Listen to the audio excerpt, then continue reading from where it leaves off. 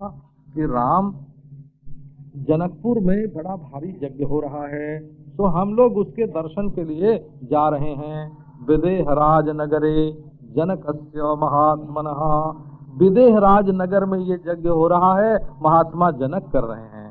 तत्र माहेश्वरं चापम अस्ति न्यस्तम पिनाकिना, वहाँ माहेश्वर धनुष है, शंकर जी ने वहाँ अपने धनुष को रख दिया है। तो तुम चलो, चल करके उस जनक को, उस धनुष को देखो, कितना प्रबल वो धनुष है, कितनी ताकत है उस धनुष में, जनक भी तुम्हारा सत्कार करेंगे। तो राम लक्ष्मण को तो धनुष देखने का बड़ा भारी शौक, क्षत्रिय के बालक बोले कितना बड़ा धनुष है, और पहले उसको कौन उठाता होगा, है ना। तो हम लोग उसको उठा सकते हैं कि नहीं? क्या वो हमसे ज्यादा वीर था जो पहले उसको उठाता होगा? तो महाराज वहां से चल करके गंगा के किनारे आए। गंगा के किनारे आए, वो गौतम का आश्रम था, और वहां अहल्या छिप करके रहती थी पत्थर में, और तपस्या करती थी। और वहां दिव्य पुष्प फल वृक्ष सब थे, परंतु वहां कोई पशु पक्षी नहीं था, कोई प्राणी नहीं था। रामचंद्र भगवान ने पूछा, महाराज ये क्या बात है कि इतना तो सुंदर आश्रम है, परंतु यहाँ कोई पशु पक्षी तक नहीं है, ये बड़ा सुंदर आश्रम है, यहाँ प्राणी क्यों नहीं है? इसको देख करके तो हमारे मन में बहुत आनंद हो रहा है। तब विश्वामित्र जी ने उनको उस आश्रम की कथा सुनाई, और अहल्या का उद्धार वहीं भगवान ने किया। बस इतना ही रहने। और तस्मै श्री गुरुमूर्ते नमः। श्री दक्षिणामूर्ते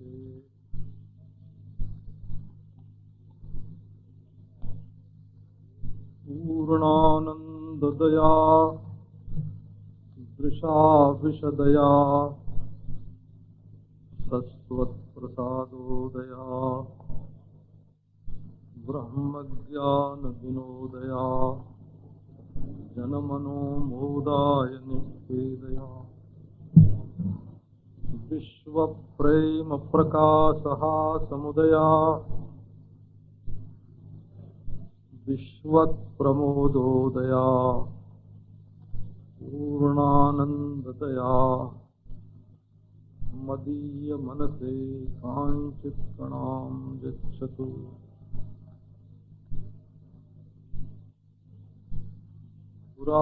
पुरारिगिरिसम्भूता श्रीरामार्णवसंगता अध्यात्मरामगंगेयम् पुनाति भुवनत्रयम्।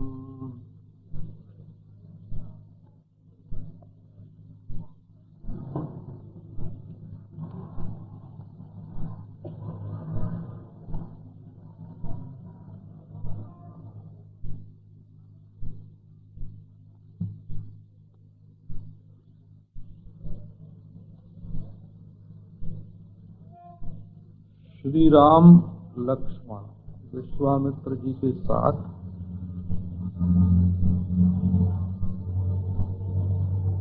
जनकपुर की यात्रा कर रहे हैं। मार्ग में एक ऐसा आश्रम मिला जहाँ भोग्य वस्तुएं तो सब थीं, परंतु भोक्ता कोई नहीं था। ये ईश्वर ने संसार की, जगत की जो सृष्टि की है, ये जीवों को सुख देने के लिए, भोग देने के लिए, क्योंकि जीव भोग की वासना से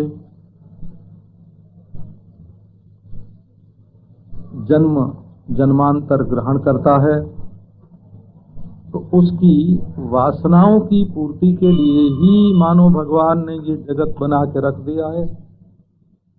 जब इधर से वो विरक्त होकर परमात्मा की ओर देखता है, तब परमात्मा की प्राप्ति होती है, नहीं तो उनके दिए हुए खिलौने में खेलता रहता है। राम ने कहा, महाराज ये आश्रम तो बड़ा प्रकाशमान है, पत्र पुष्प फल आदि से युक्त है, परंतु जंतु कोई नहीं है, और इसको देखकर मेरा चित्त बहुत प्रसन्न हो रहा है। ऐसा लगता है जैसे कोई यहाँ प्रेमी का, प्रियतम का दर्शन होने वाला है। विश्वामित्र ने सुनाया कि राम, पहले यहाँ लोक प्रसिद्ध गौतम मुनि रहा करते थे, और उन्होंने अपनी तपस्या से भगवान को प्रसन्न कर लिया था। तपसा राधयन हरिम भोक्तारम यज्ञ तपसा। जीव को भगवान जगत का भोग देते हैं, और भगवान स्वयं जीव की भोक्तारम यज्ञ तपसा। दूसरों को खिलाओ और खुद संयम से रहो, खुद तपस्या करो, यही भगवान का भोग है। भगवान क्या खाते हैं कि जीव के जीवन में जो यज्ञ है, तपस्या है, इसी को भगवान खाते हैं। भोक्तारम यज्ञ तपसा।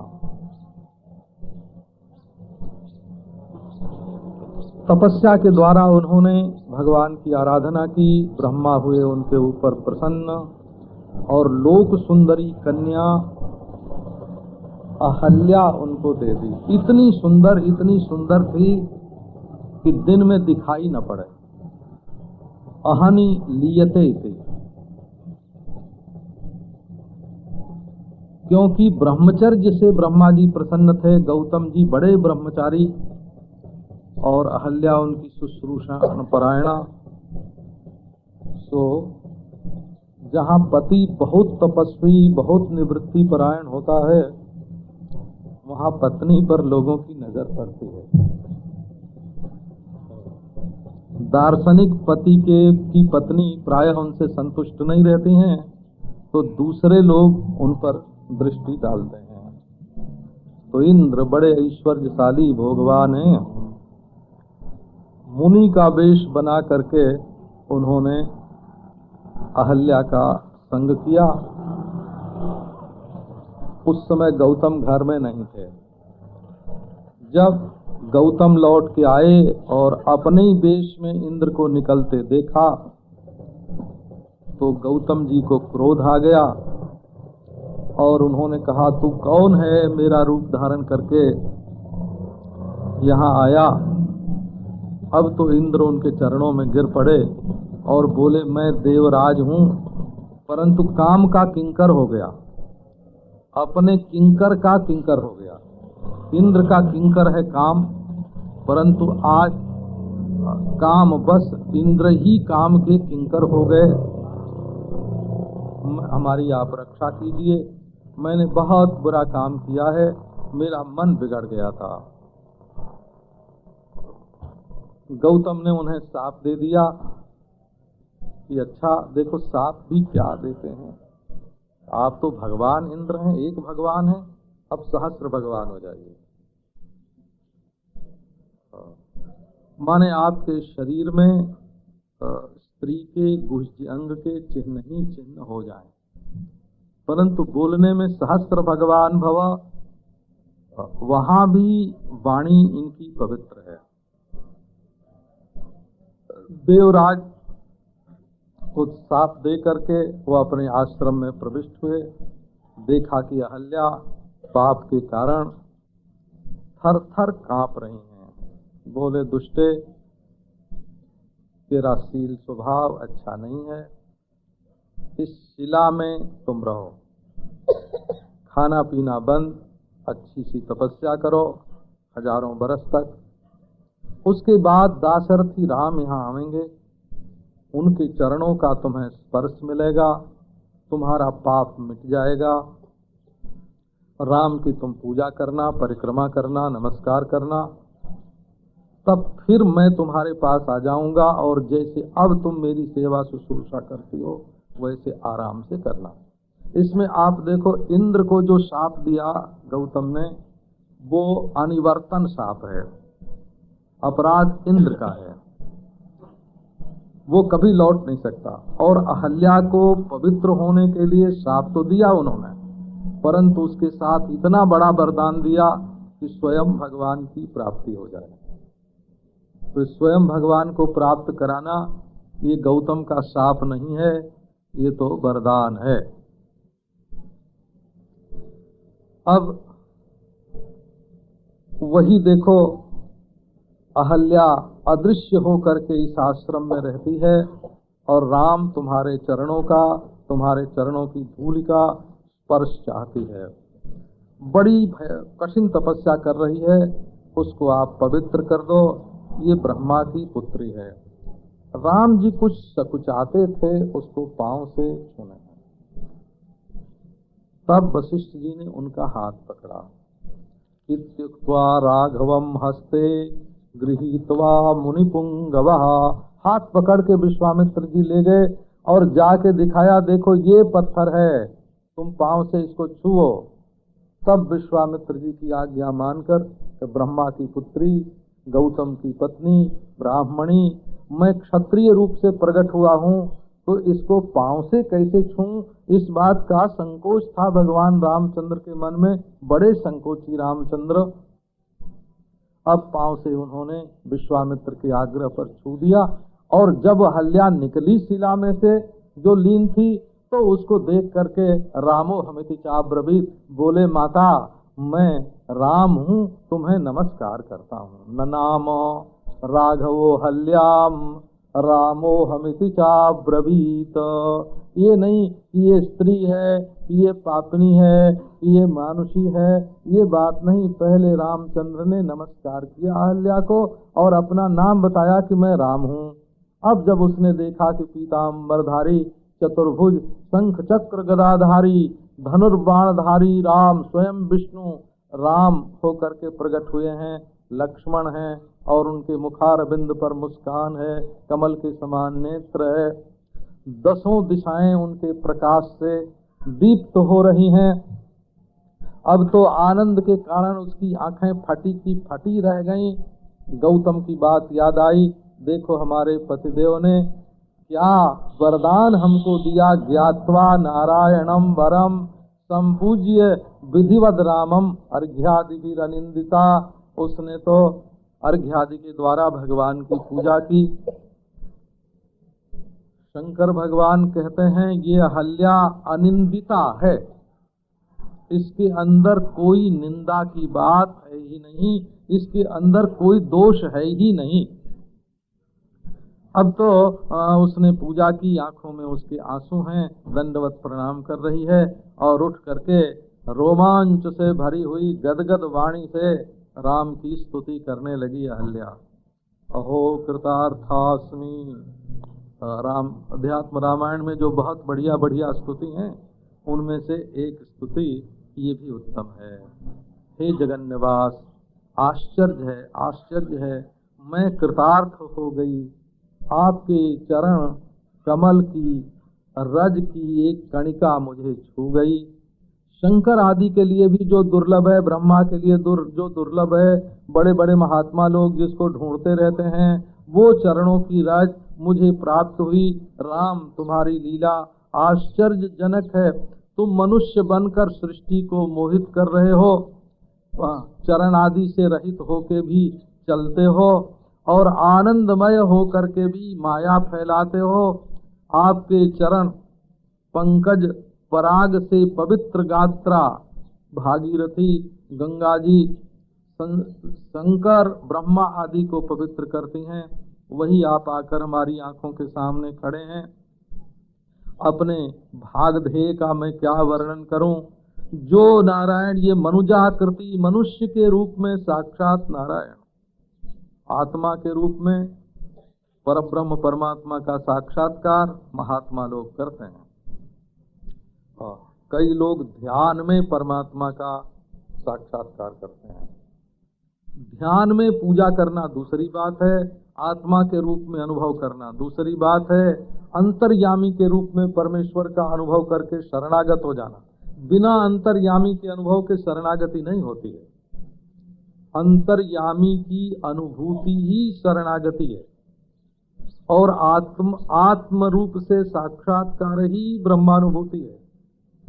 और मन में भगवान की ध्येय मूर्ति की पूजा ही मानस पूजा है, प्रेम है।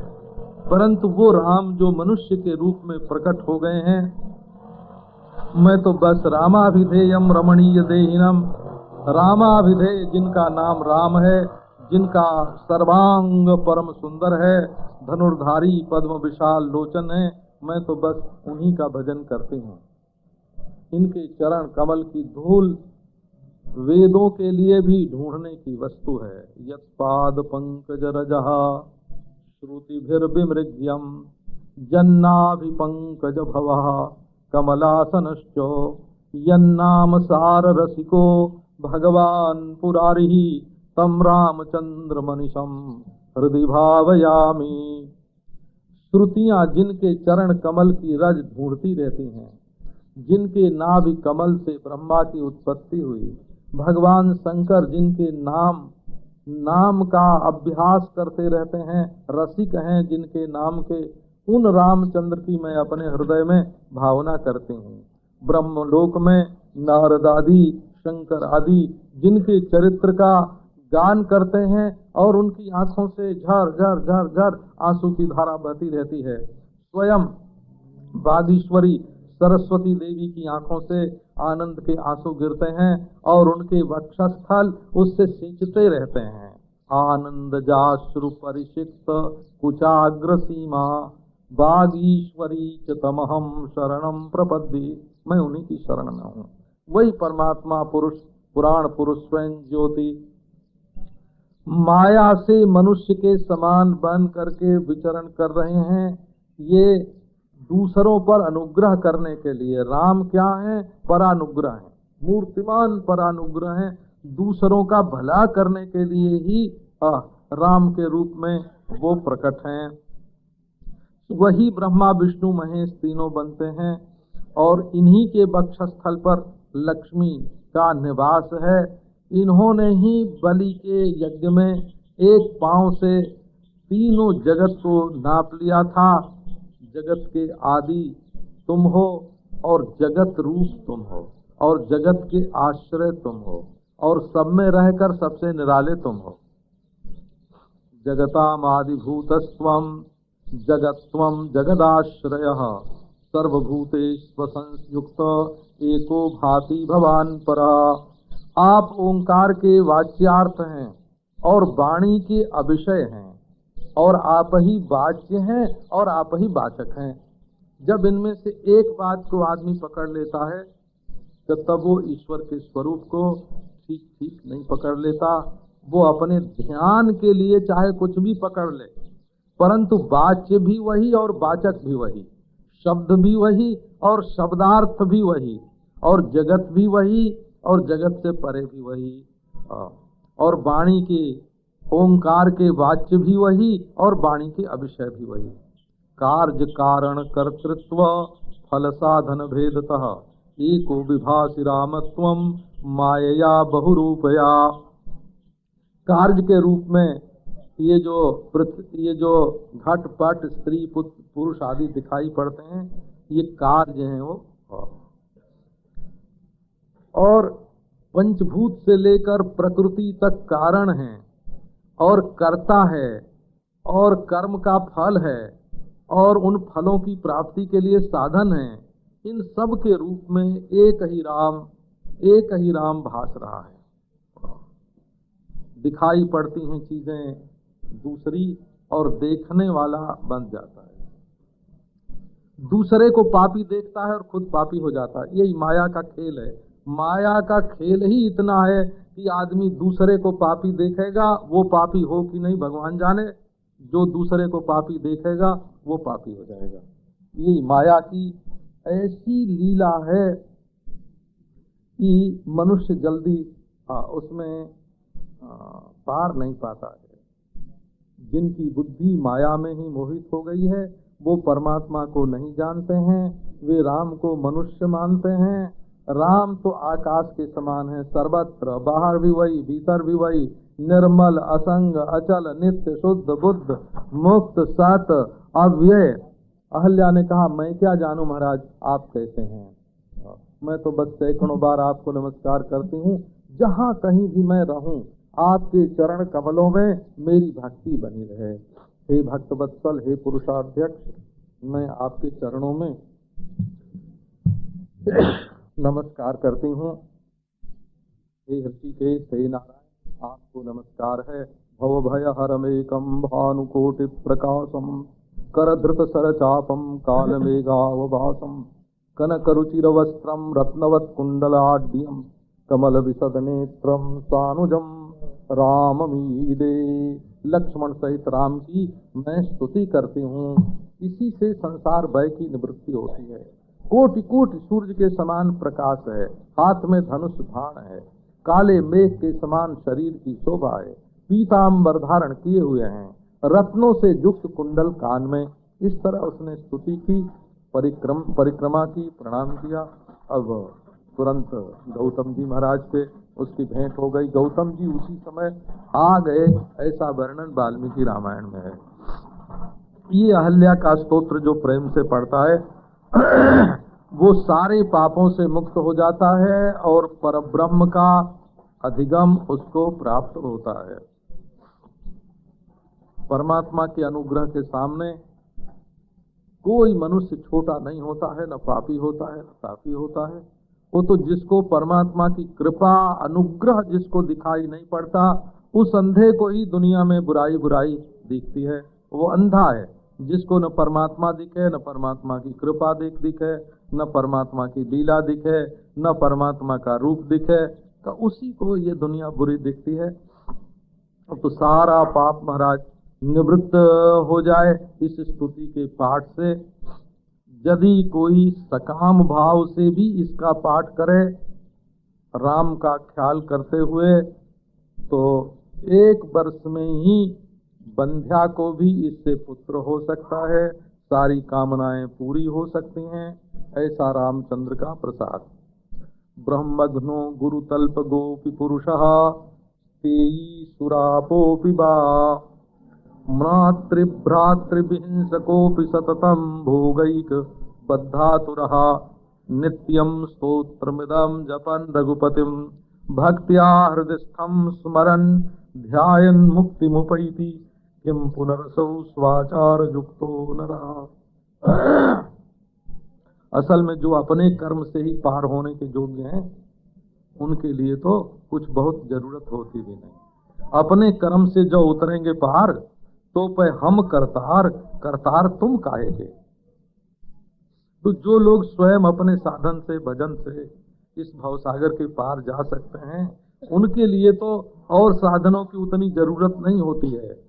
जो ब्रह्मघाती हैं, गुरु तल्पक हैं, चोर हैं, शराबी हैं, माता भाई की हिंसा करने वाले हैं, जो भोग परायण हैं, वे भी इस स्तोत्र का जप करें तो उनके हृदय में भक्ति आती है, भगवान का दर्शन होता है, उन्हें मुक्ति मिलती है। और यदि कोई सदाचारी पुरुष हो, वो इसका आश्रय ले, तब तो कहना ही क्या है।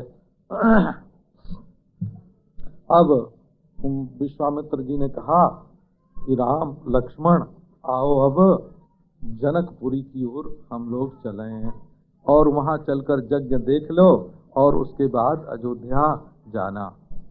कहते हैं भाई महार्घ रत्न हो तो उसको लेने के लिए स्वयं जाना पड़ता है। और लोग विश्वामित्र राम को लेने के लिए अयोध्या जी में आए। तो राम बहुत बड़े, परंतु स्वयं राम सीता जी को लेने के लिए जनकपुरी में गए। तो राम जी से भी सीता जी पड़ी हैं। ऐसे कहो कि सीता जी को लेने के लिए जनकपुरी में गए, या इसको यूं कहो कि इतना आकर्षण सीता जी का कि खींच गए वहां। यहाँ तो ऐसा लगता है कि जैसे उनको मालूम ही न हो कि मिथिला में हमारा ब्याह होगा।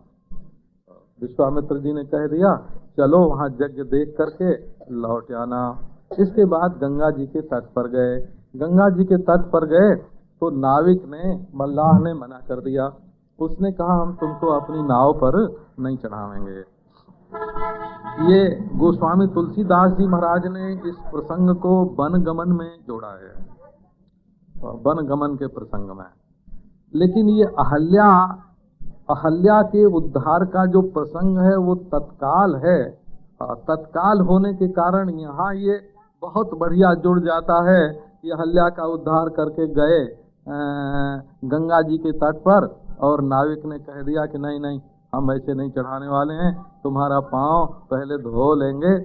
भला दारू में और दृषद में, एक शिला में पत्थर की और एक लकड़ी में क्या फर्क है? जब तुम्हारे पांव की धूल पत्थर को नारी बना देती है, तो हमारी नाव को नारी बना दे, इसमें क्या आश्चर्य। मानुषी करण चूर्ण मस्तिते पादयो रीति कथा प्रथीयसी। तुम्हारे चरणों की धूल पत्थर को भी, लकड़ी को भी स्त्री बना देती है।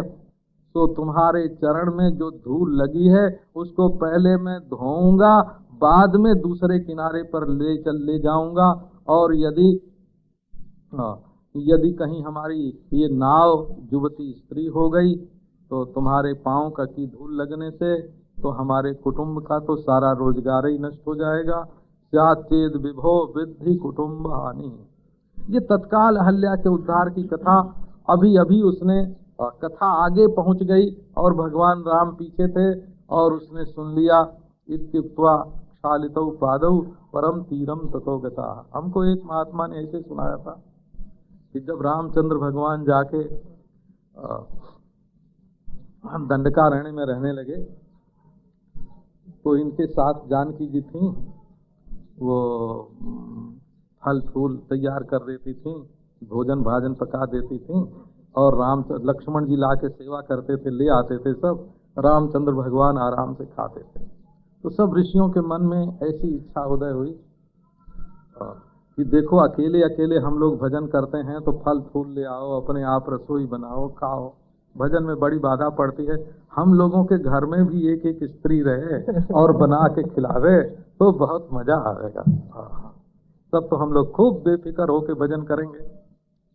अब महाराज उन्होंने कहा तब इसकी युक्ति क्या है? तो युक्ति ये है कि चलो एक एक पत्थर हम सब लोग उठा के ले आवें, अब हजार और उनको रामचंद्र के चरणों से छुआ दें, एक एक स्त्री सबको मिल जाएगी। अब महाराज हजारों स्त्री जाके और पत्थर अपने सिर पर उठा के लाने लग गए। रामचंद्र ने पूछा ये क्या बात है भाई? ये सब महाराज आपके चरणों से स्पर्श कराने के लिए लाई गई हैं, इनमें से एक एक स्त्री रखें निकलें और सब महात्मा लोग जो हैं अब स्त्रियों के साथ रहेंगे।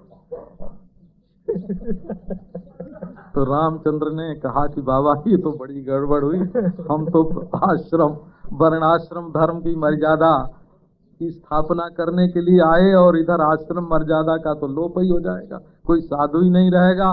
तो उन्होंने फिर जोग माया की से प्रेरणा की कि रावण आके वहीं दंडकारण्य में ही सीता जी का हरण करे। और जब वो सीता जी के लिए रोने लगे, हाय हाय हाय हाय तुम देखी सीता मृगनयनी, तब ऋषियों ने कहा नहीं नहीं अब नहीं बनना। जो इनको साथ रखता है, जो उनको साथ रखता है उसको रोना पड़ता है। तो अब हम लोग रोवेंगे नहीं। तो इस तरह से महाराज उसने पांव, भगवान रामचंद्र ने कहा कि बाबा वही तुम कर लो जिससे तुम्हारी नाव न जाए। उसके बाद पार उतरे और जनकपुरी में जहाँ ऋषि लोग रहते थे वहां गए। अब ये नहीं कि सीधे राज दरबार में ही चले जाएं, इसमें महिमा ये है कि जो त्यागी है, महात्मा है, वनवासी है, भजनीक है, वो बड़ा होता है। वो किसी के घर अपने आप चला जाए ये उसके स्वरूप के अनुरूप नहीं पड़ता है। और फिर ये तो सम्राट और संपूर्ण जगत के स्वामी राम को लेकर के आए हैं, तो राम जाके जनक को प्रणाम करें कि ये भी इनको अभीष्ट नहीं है। इसलिए पहले जहाँ महात्मा लोग रहते थे वहाँ जा करके ये विराजमान हो गए। जनक को ये समाचार मिला कि विश्वामित्र जी यहाँ आए हैं, तो पूजा की वस्तुएं लेकर अपने पुरोहित को लेकर जहाँ विश्वामित्र जी थे वहाँ आए, दंडवत प्रणिपात किया हो और विश्वामित्र की पूजा की। और रामचंद्र लक्ष्मण को देख करके गोस्वामी जी ने तो इसको ऐसा संभाला है कि जब जनक आए विश्वामित्र के पास तो राम लक्ष्मण थे ही नहीं, वो चले गए थे कहीं फुलवारी में फूल लेने के लिए। जब वे लौट करके आए तो उनको देख करके सब लोग खड़े हो गए और जनक भी खड़े हो गए। जनक भी खड़े हो गए। इतना आदर राम का तो तुलसीदास जी ने करवाया है।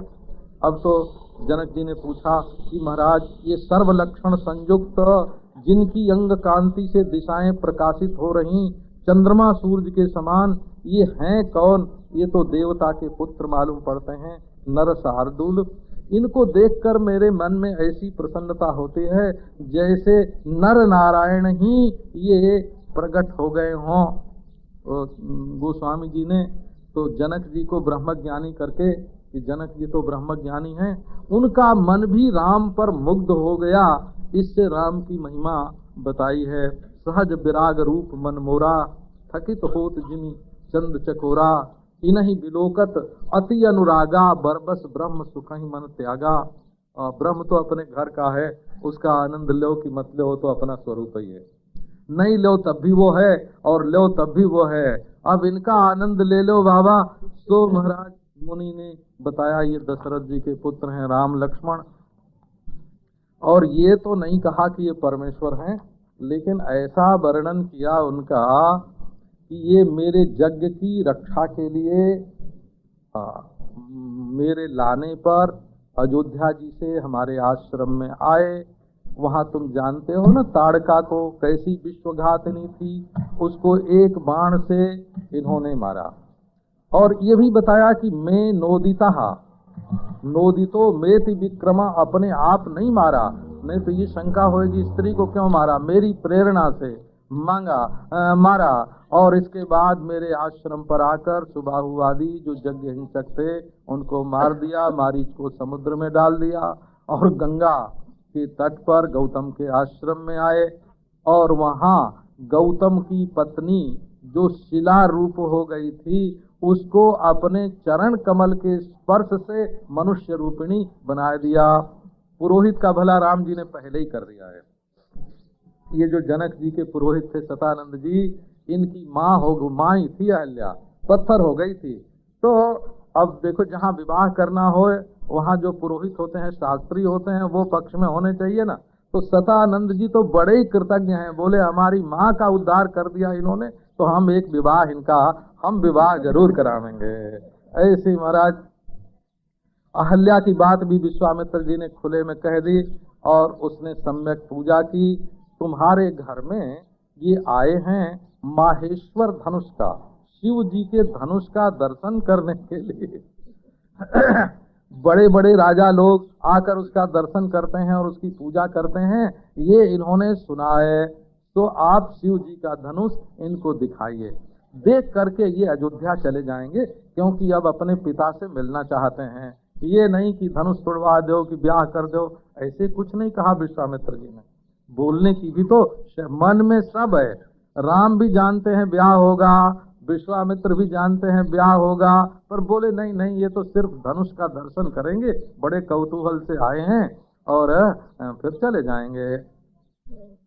तो राजा ने कहा कि ये तो दोनों पूजा करने के योग्य हैं। पूजा रहाविति पूजया, ये सदर्घ्या भवंती में ये भी हैं, इनको विशिष्ट पुरुष हैं, इनका अर्घ्य दान करना चाहिए, इनका पांव धोना चाहिए। पूजया मास धर्मज्ञों विधि दृष्टे न कर्मणा, शास्त्र में जैसा अतिथि के सत्कार का, श्रेष्ठ अतिथि के सत्कार का जो विधान है, उसके लिए गाय ला करके सामने करना, उसका स्वागत बोलना और उसका पांव धोना, ये सत्कार की पद्धति पहले यही होती थी। पाद्य माने कोई आवे तो उसका पांव धुलाना, और अर्घ्य माने हाथ धुलाना, आचमनीय माने मुंह धुलाना। बाहर से आदमी पैदल चल के आया तो क्या करोगे हैं? तो उसका पांव धुलाना और उसका हाथ धुलाना और उसका मुंह धुलाना, ऐसे। अच्छा, स्नान करने की आवश्यकता हो तो स्नान कराना, वस्त्र देना, सुगंध देना, ये सब जो सत्कार की पद्धति है उसी को पूजा कर कहते हैं। अब इसके बाद उन्होंने मंत्रियों को आज्ञा दे दी कि शंकर जी का धनुष यह लाया जाए। अब मंत्री लोग जब चले गए, एकांत हुआ, तब राजा ने विश्वामित्र से कहा कि महाराज ये धनुष का दर्शन करेंगे तो ठीक है, लेकिन कहीं ये उस पर ताप चढ़ा दें तो मैं अपनी पुत्री सीता का विवाह इन्हीं के साथ कर दूं। अब तो विश्वामित्र जी मुस्कुराए, राम की ओर देख करके मुस्कुराए, बोले भाई पहले धनुष दिखाओ तो सही, ये बड़े तेजस्वी हैं, पता नहीं क्या करें। तो इतने में 5000 आदमी और घंटा घड़ियाल के साथ मणि वज्रादि भूषित उस धनुष को लेकर के आए। मंत्रयतांबरा, ये भी एक पद्धति है। महात्माओं को पहले से काम करने का ख्याल तो होता है कि ये काम करेंगे, लेकिन उसको जाहिर नहीं करते हैं। मंत्र गुप्ती जो है ना, अपने विचार को गुप्त रख लेने का सामर्थ्य, ये बहुत बड़ी चीज है। अब तो राम को ले जाकर के मंत्री ने दिखाया कि ये धनुष है। राम जी बड़े खुश हुए और उन्होंने अपनी कमर कस ली और बाएं हाथ से खेल खेल में धनुष को उठा लिया और उस पर ताप चढ़ा दी, ज्या का आरोपण कर दिया। आरोपयामास गुणम पश्यत्स्वखिल राजसु, सब राजा जो वहां आए हुए थे वो देखते ही रह गए और दाहिने हाथ से जरा सा उन्होंने जो ज्या को खींचा महाराज, तो वो तांत तो मजबूत निकली और धनुष कमजोर।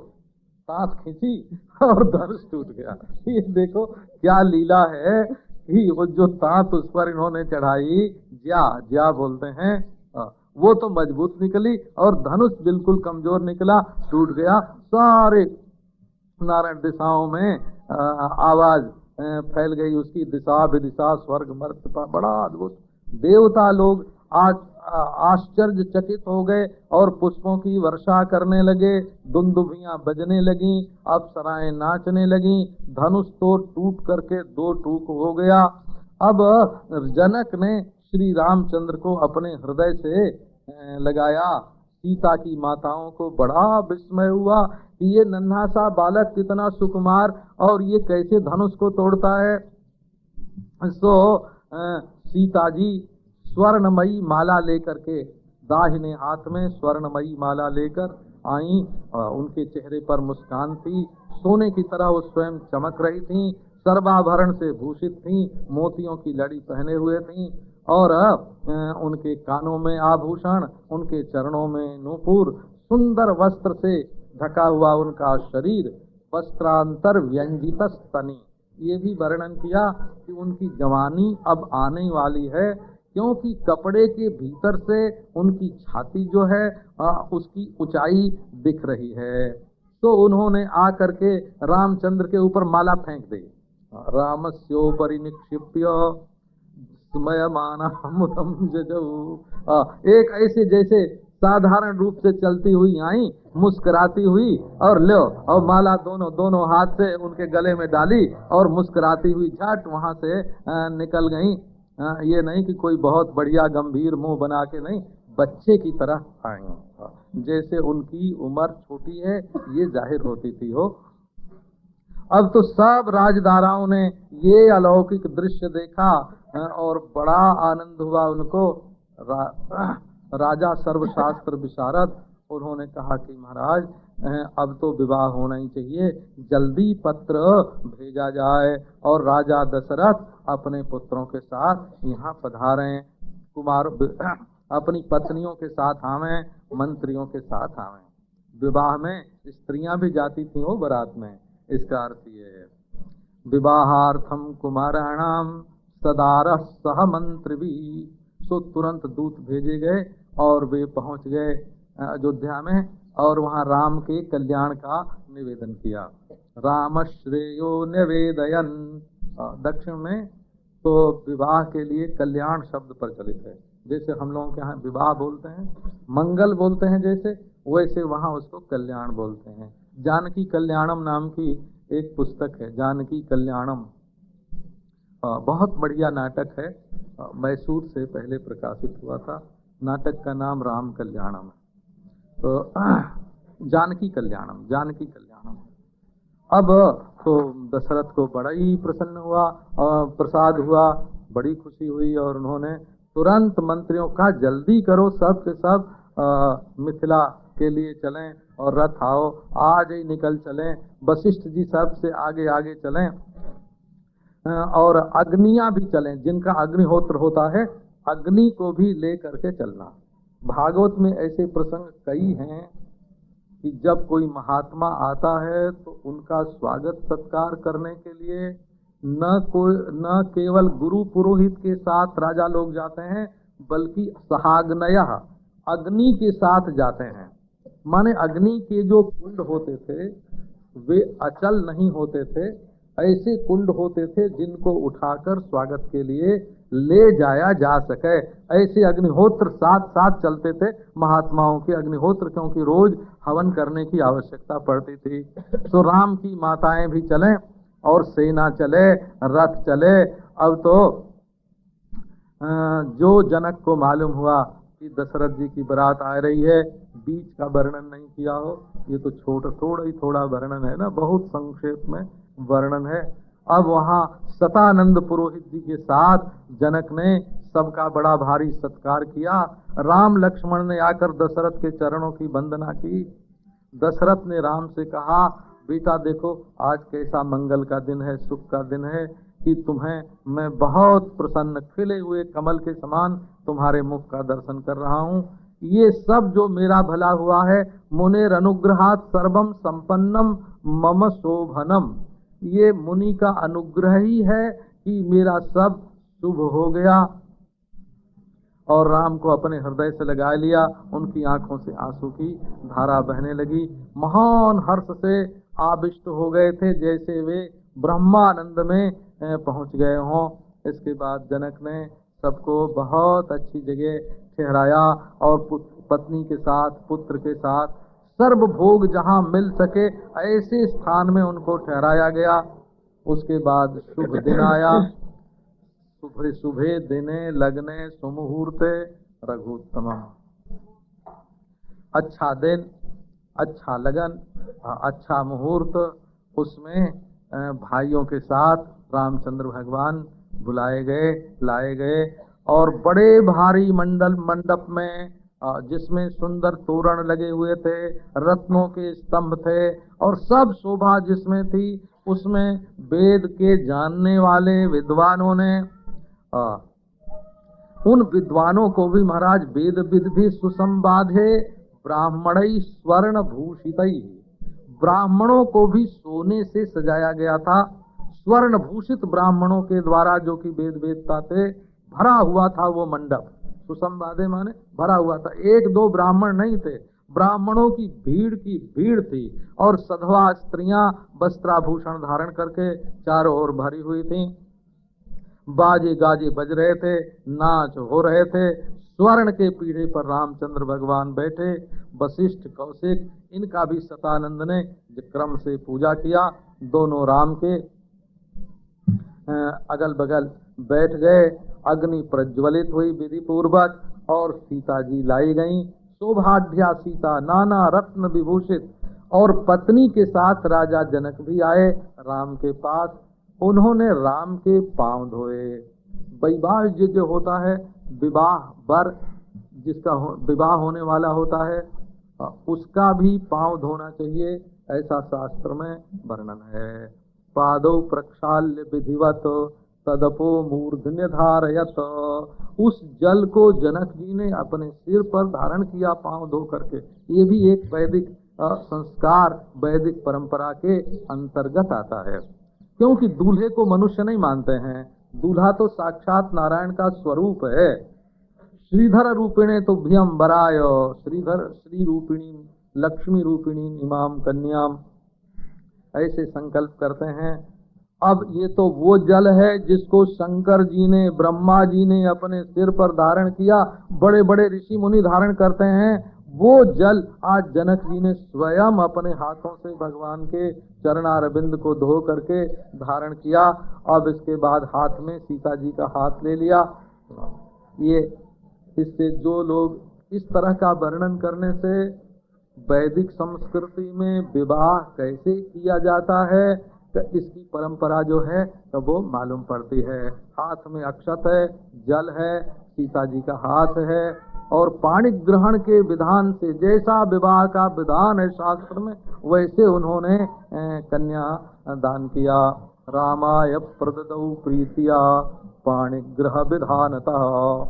पाणी ग्रहण का जो विधान है, हाथ से हाथ मिलाना, हाथ से हाथ पकड़ना, बल्कि पाणी निपीडन का तो अर्थ होता है थोड़ा दबा देते हैं, हाथ पकड़ के जोर से दबाते होंगे तब न पाणी निपीडन।